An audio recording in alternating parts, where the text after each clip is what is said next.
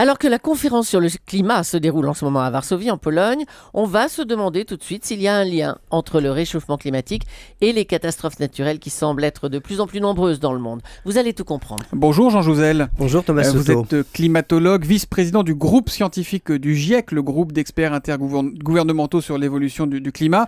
Évidemment, on commence avec ce typhon catastrophique qui a dévasté une partie des Philippines, faisant sans doute plus de 10 000 morts. Est-ce qu'on peut établir formellement un lien entre ce cyclone et le réchauffement ? Je ne dirais pas encore. Pour le moment, la communauté scientifique est très prudente. Nous observons plus de cyclones intenses, en particulier dans l'Atlantique Nord.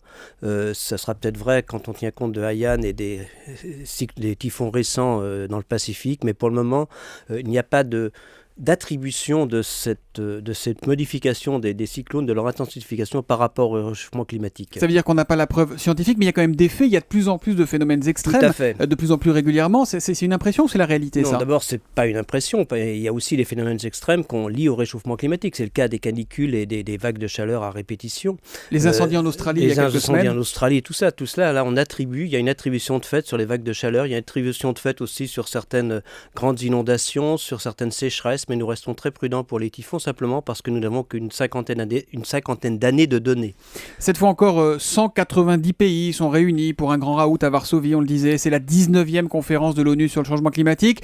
Il va y avoir, c'est sûr, un étalage de bonnes intentions. Vous y croyez encore, vous ou pas, Jean Jouzel ? Oui, j'y crois encore. J'y serai la semaine prochaine avec le ministre Philippe Martin, mais c'est vrai que c'est une conférence de transition dont on attend surtout du côté français, disons que se mettre en marche un peu ce projet d'accord pour 2015, puisque c'est important pour la France, cette conférence en France qui en sera 2015, en France dans 2 ans. Chirac disait « Notre maison brûle et nous regardons ailleurs », c'était quand même en 2002, on a l'impression que l'incendie n'est pas du tout en train d'être éteint. Non, certainement pas. Il avait raison sur cela, mais après, on ne fait pas grand-chose quand même. On ne va pas assez vite. Il faut beaucoup plus d'ambition si on veut limiter le réchauffement à 2 degrés, ce à quoi tous les pays ont adhéré. C'est bien là le problème.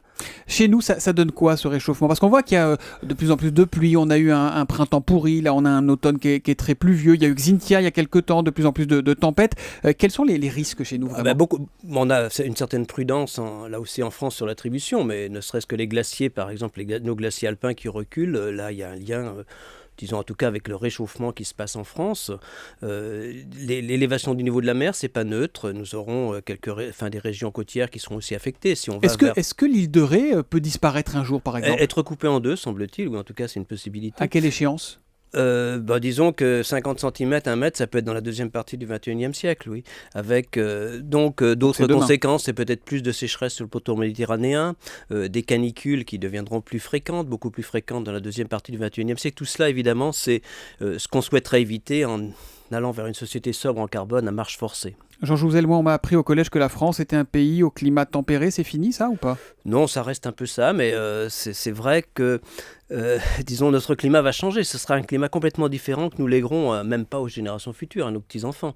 Donc c'est quand même quelque chose auquel il faut réfléchir. Et je comprends très bien le cri d'alarme du délégué philippin à Varsovie. Il a tout à fait raison. On va vers une catastrophe. Jeune, lui, carrément. Bien sûr. Chacun notre petit niveau, au niveau individuel, il y a quelque chose à faire au quotidien ou c'est peine perdue au niveau de l'individu ?